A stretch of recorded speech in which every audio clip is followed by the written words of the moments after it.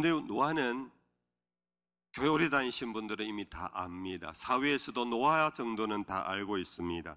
노아가 살았던 시대에 인류의 모습은 한마디로 갈수록 악해져 갔습니다. 그 악한 정도가 얼마나 극성을 피웠으면은 하나님이 더 이상 견디지를 못하고 물로 지면의 모든 존재를 쓸어버리는 홍수의 심판을 감행할 수밖에 없었을 정도로 노아 시대 사람들은 너무나 악한 삶을 살았습니다. 그 악함의 내용을 오늘 본문 앞부분 1절에서부터 몇 절 제가 다시 한번 읽어드리면서 그 시대 사람들의 모습을 한번 보겠습니다. 1절입니다. 사람이 땅 위에 번성하기 시작할 때에 그들에게서 딸들이 나니 하나님의 아들들이 사람의 딸들의 아름다움을 보고 자기들이 좋아하는 모든 여자를 아내로 삼는지라. 여호와께서 이르시되 나의 영이 영원히 사람과 함께하지 아니하리니 이는 그들이 육신이 됨이라. 그러나 그들의 날은 120년이 되리라 하시니라. 당시 땅에는 네피림이 있었고 그 후에도 하나님의 아들들의 사람의 딸들에게로 들어와 자식을 낳았으니 그들은 용사라. 고대 명성 있는 사람들이었더라. 여호와께서 사람의 죄악이 세상에 가득함과 그의 마음으로 생각하는 모든 계획이 항상 악할 뿐임을 보시고. 뛰어넘어서 오늘 본문의 11절입니다. 그때 온 땅이 하나님 앞에 부패하여 포악함이 땅에 가득한지라. 하나님이 보신즉 땅이 부패하였으니 이는 땅에서 모든 혈육이 있는 자의 행위가 부패함이었더라. 사실 여러분들, 우리 솔직히 여기에 이 서술되어지고 있는 인간의 부패함과 악함은 노아 시대 때만이 아닙니다. 사실은 인간의 역사 속에 수많은 시대가, 아니 지금이 노아 시대보다 덜 악한가? 아닐 것입니다. 우리가 뚜껑을 열어보면 뚜껑 여는 곳곳마다 냄새가 지독합니다. 뚜껑을 여는 곳곳마다 지금 미움과 시기와 다툼과 살인과 간음과 방화들이 뚜껑 여는 가정마다, 뚜껑 여는 민족마다, 사회마다 다 있습니다. 그러나 오늘 이 노아 시대에 하나님이 홍수로 심판할 수밖에 없었던 악함의 내용을 우리는 주목해야 합니다. 그것이 뭐냐 하면 바로 하나님의 아들들이 사람의 딸들의 아름다움을 보고 그들의 육신이 되어 그들이 내 피름을 낳고 그는 그 시대의 용사, 명성 있는 자식들을 낳아간 것, 이것이 바로 여호와께서 세상에 죄악이 가득하고 사람의 마음, 생각, 모든 계획이 악할 뿐이라고 그렇게 정죄한 이유입니다. 여기 질문이 나오죠. 도대체 하나님의 아들들은 뭐며 사람의 딸들은 뭔가? 여러분들 들어 성경 공부하시는 분들 아시지요? 하나님의 아들들은 누굽니까? 사람의 딸들은 누굽니까? 물론 성경 해석에 따라 여러 가지 조금은 견해를 달리하는 해석도 나옵니다. 하나의 해석은 하나님의 아들들은 천사들이다. 타락한 천사들이 이 땅에 와서 바로 세상의 여자들과 간음을 했다, 뭐 이런 얘기로 해석하는 경우도 있습니다. 그러나 일반적으로 구약학자들은 이 앞서서 우리는 아담의 가정 형제들 우리는 보았습니다. 두 아들 낳았습니다. 가인과 아벨을 낳았습니다. 제사를 드리다가 형제간의 살인극이 빚어졌습니다. 형 가인은 동생을 죽이고 에덴 동편 놋 땅으로 가서 성을 쌓고 그들의 진화된 세계를 세워갔습니다. 그런 중에 아담 가정에 하나님이 아벨 대신에 또 다른 아들을 하나를 주었습니다. 그의 아들은 셋입니다. 그 셋이 또 아들을 낳았는데 그의 이름은 에노스라. 성경은 말하기를 이때부터 사람들이 하나님을 불렀더라. 이 하나님을 불렀다라는 것은 곧 찬송하고 예배했다라는 것을 의미합니다. 가인은 에덴 동편 놋 땅으로 가서 성을 쌓고 하나님이 침범하지 못하는 그들의 세계를 만들고 그 안에서 정착 농경 사회를 형성했고 그것을 위하여 청동기 문화와 철기 문화를 발전시켰고 그 안에서 수고한 그들 스스로 자위하기 위하여 악기를 만들어서 음악을 발달시켰습니다. 죄송합니다. 음악하는 사람들 오해하지 마시고요. 아무튼 그렇게 스스로 자기를 위로하는 음악의 문화, 문명까지 발달시키면서 대단한 세계를 이룬 것이 가인의 계보입니다. 학자들은 말하기를 이들을 사람의 딸들이라고 표현합니다. 그러나 아벨 대신 하나님이 또 다른 아들을 주었는데 셋, 그의 아들 에노스 때부터는 이 가인의 계열과 전혀 다른 하나님의 이름을 찾으며 구하며 찬송하고 예배하는 인류의 한 계보가 있었는데 세월이 흐르면서 이 하나님의 이름을 불렀던 이 에노스의 후손들이 가인의 후손들의 아름다움, 찬란한 문화, 풍부한 물질의 세계를 바라보면서 그들은 위축되어 가기 시작했습니다. 그들은 더 강성했고 이쪽은 그냥 순결했을 뿐입니다. 이쪽은 더 많은 다양한 세계를 이루었습니다. 여기는 너무 심플했습니다. 그들이 어느 날 가까이 오면서 하나님의 아들들 셋과 에노스의 계보들이 가인의 후손의 계보의 부러움을 느끼게 되었고 그들의 힘을 이겨내기 위해서는 소위 전략 결혼이라는 방법으로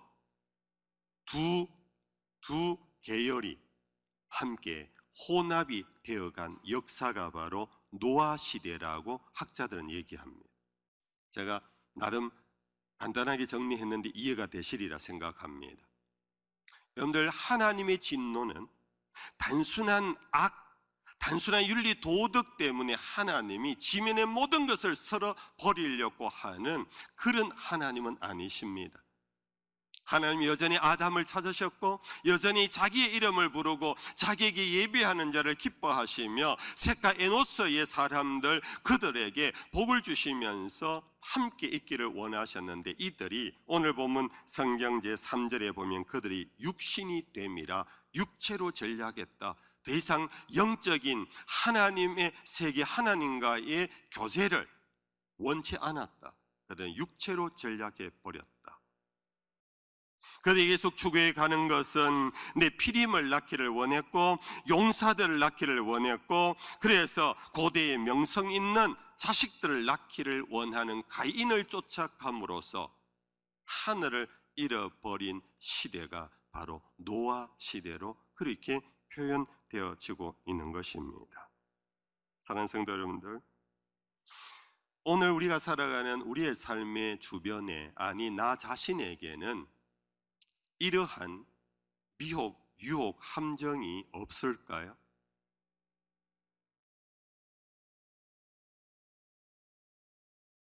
예배하는 우리들 믿음의 세계를 이루면서 순결한 삶을 살려고 하는데 우리는 눈만 들어 세상을 바라보면은 세상은 가인의 세계입니다.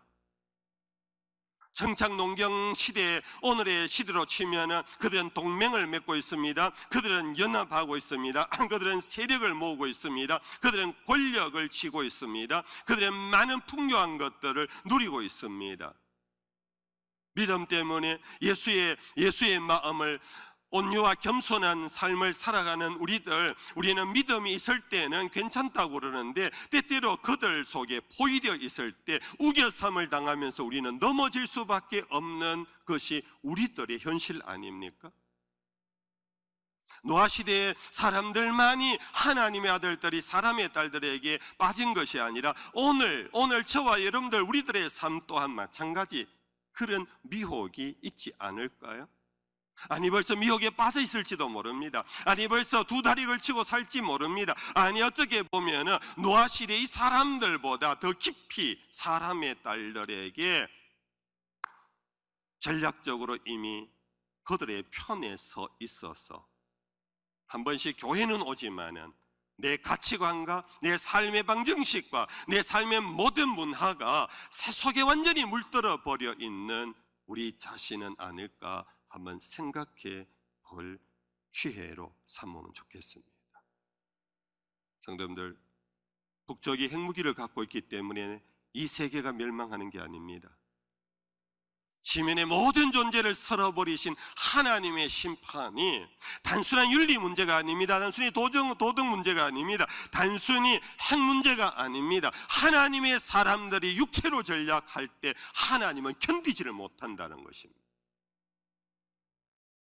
주변의 모든 사람들이 하나님의 아들들이 육체로 전략할 그때에 노아만은 그 길이 삶의 행복이라고 추구하고 그 길이 내가 살아남을 수 있는 처세라고 생각하는 그 가치관에서 노아만은 거기에서 벗어나서 세상 사람들은 네피림을 보고 용사를 바라보며 그것을 부러워하고 있는 땅을 향한 시선에서 노아만은 하나님을 향한 시선을 놓치지 않았습니다. 이것을 일컬어 오늘 본문 바로 앞에 8절에서 노아가 구원받게 된 이유를 8절에서 이렇게 말합니다. 그러나 노아는 여호와께 은혜를 입었더라. 여러분들, 은혜를 입었다는 이 말, 우리 한국어 번역이 우리들에게 조금만은 오해와 착각을 일으키는데요. 입었더라, 수동형이거든요. 물론 은혜는 수동적입니다. 하나님의 선물입니다. 그러나 나는 가만히 있는데 옷을 입혀주듯이 그런 것이 아닙니다. 영어 번역에 도움을 좀 얻습니다. 이 부분에서 이렇게 번역하고 있습니다. 노아 found, 발견했다. 무엇을? grace, 은총을. 어디에 있는 은총을? in the eyes, 눈 안에. 누구의 눈 안에? of God, 하나님의 눈 안에 있는 은총을 발견했다. 이 말은 뭡니까? 은총을 발견하기 이전에 무엇을 보았다는 얘기입니까? 하나님의 눈과 시선이 교통을 하고 있었다는 것. 이 눈이라는 것은 존재의 중심입니다. 노아는 계속해서 하나님을 앙망했다라는 겁니다.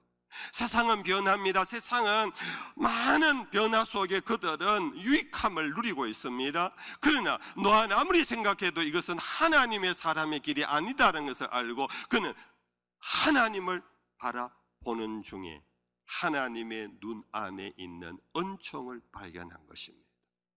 그것은 그냥 저장되어 있는 은총이라는 의미가 아닙니다. 눈 안에 있는 은총은 그 눈이 나를 향해 보고 있다는 것입니다. 자기를 노아를 향하여 지금 주목하고 있다는 것입니다. 노아가 하나님이 노아를 바라보면서 주목하는 그 눈 시선이 마주쳤는데 노아는 하나님의 눈 안에 가득한 은혜를 그는 발견한 것입니다. 이 은혜라는 것은 단순히 요즘 우리 흔히 하는 말로 감동의 정도가 아닙니다. 은혜는 모든 것입니다. 은혜는 전부입니다. 은혜는 힘입니다. 다윗이 표현한 대로 여호와는 나의 힘이시여 나의 방패시여 나의 피할 바위시여 하는 이러한 어떤 은유적인 표현이 바로 grace, 하나님의 은혜였습니다. 세상은 사람들의 힘을 쫓아 결탁하고 사람들의 지혜를 구하며 사람들의 권세와 권력에 짝하여 그것이 내 살 길이라고 생각하는 그러한 시선에서 노아만은 하나님의 눈 안에 자기를 향하여 갖고 있는 전부를 노아는 발견한 것입니다. 이후 9절에서 이것이 노아는 의인이요 당대의 완전한 자라 그는 하나님과 동행했다라는 삶을 살 수 있게 된 근거인 것입니다. 세상에 의인은 없나니 하나도 없다라고 말했는데 노아는 당대의 의인이라고 말한 것은, 완전한 자라고 말한 것은, 모든 사람은 세상을 바라보고 있을 그때 노아만은 하나님의 눈의 시선을 고정시키고 있었다. 할렐루야. 그런데 이것이 바로 노아가 구원받은 길이고 노아가 살 길이었고 이것이 노아가 당 시대를 구원하는 구원자가 될 수 있는 길이었던 것입니다.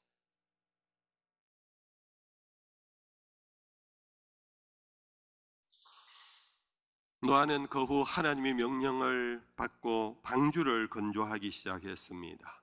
세상을 건질 길은 하나님의 말씀, 하나님의 눈 안에 있는 은총밖에 없다라고 확신하고 그 은총 속에서 하나님이 자기를 늘 지켜본다라는 하나님의 동행을 맛보고는 그 믿음의 힘으로 하나님의 말씀을 쫓아 집을 지어간 것입니다. 바로 방주였습니다.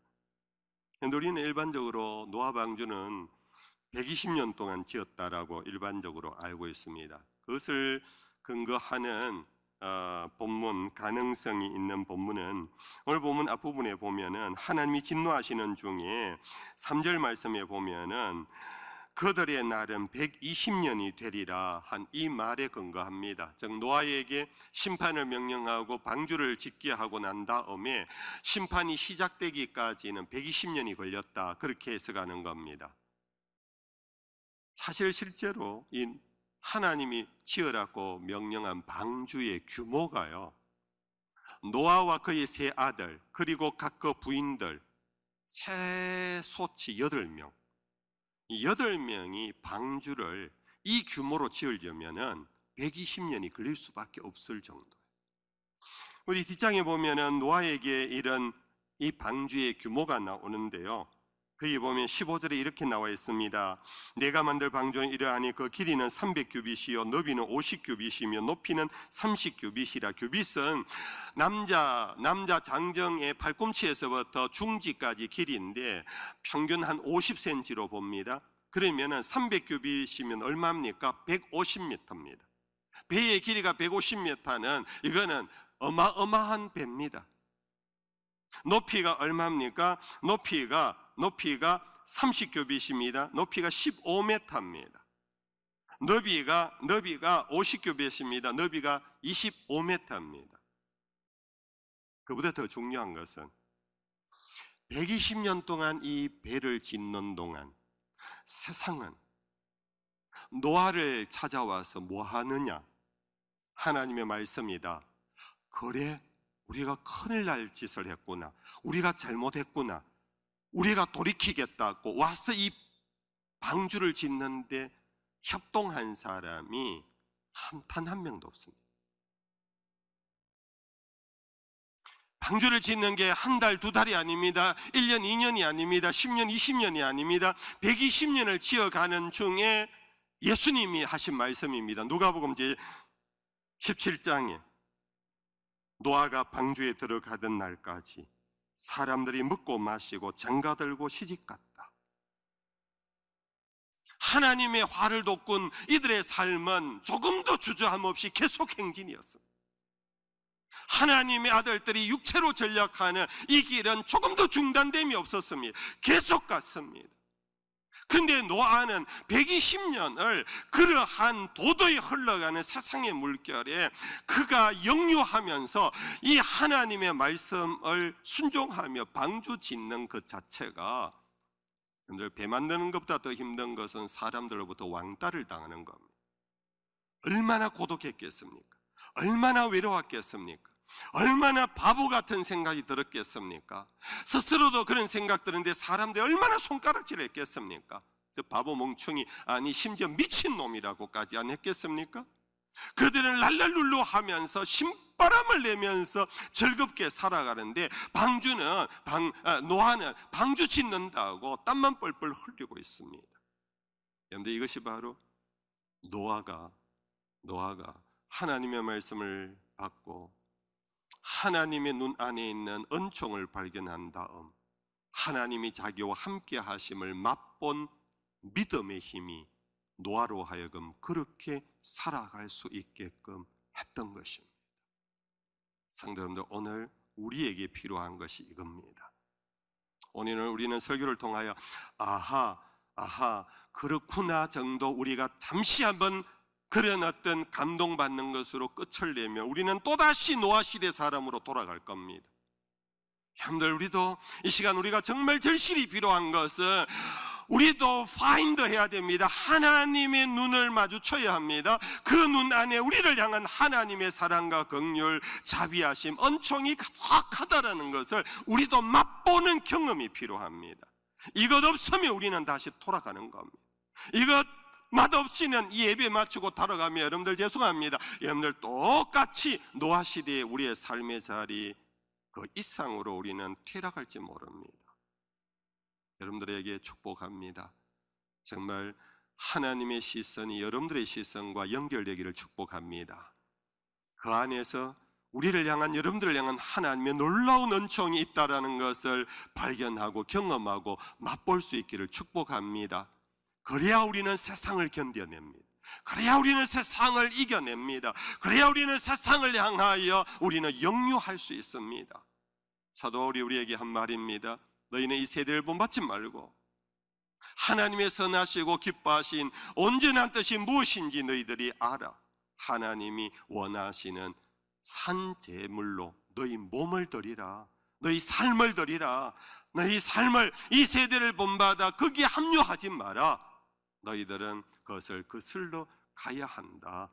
그러기 위해서는 Noah found grace in the eyes of the God. 하나님의 눈 안에 있는 우리를 향한 은총을 우리가 맛보는 것, 이 은혜가 있기를 축복합니다. 말씀을 맺겠습니다.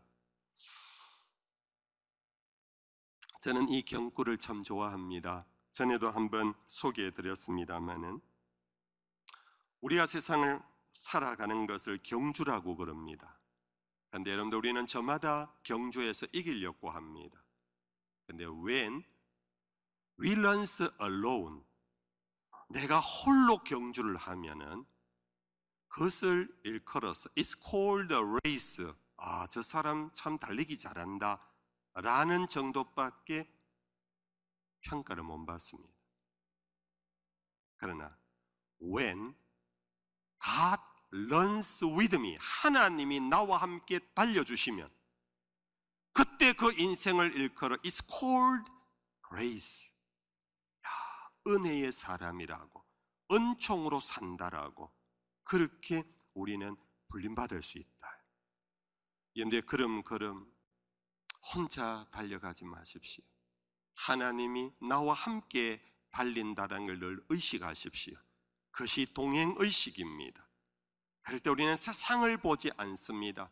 내 주변이 세상으로 가득 찬다 할지라도 거기에 빠지지 않습니다. 우리의 눈은 하나님의 눈의 시선에서 벗어나지 않을 것입니다. 이렇게 살아가는 것이 히브리서 11장에서 노아를 이렇게 평가하고 있습니다. 우리 다 같이 읽고 마치겠습니다. 시작.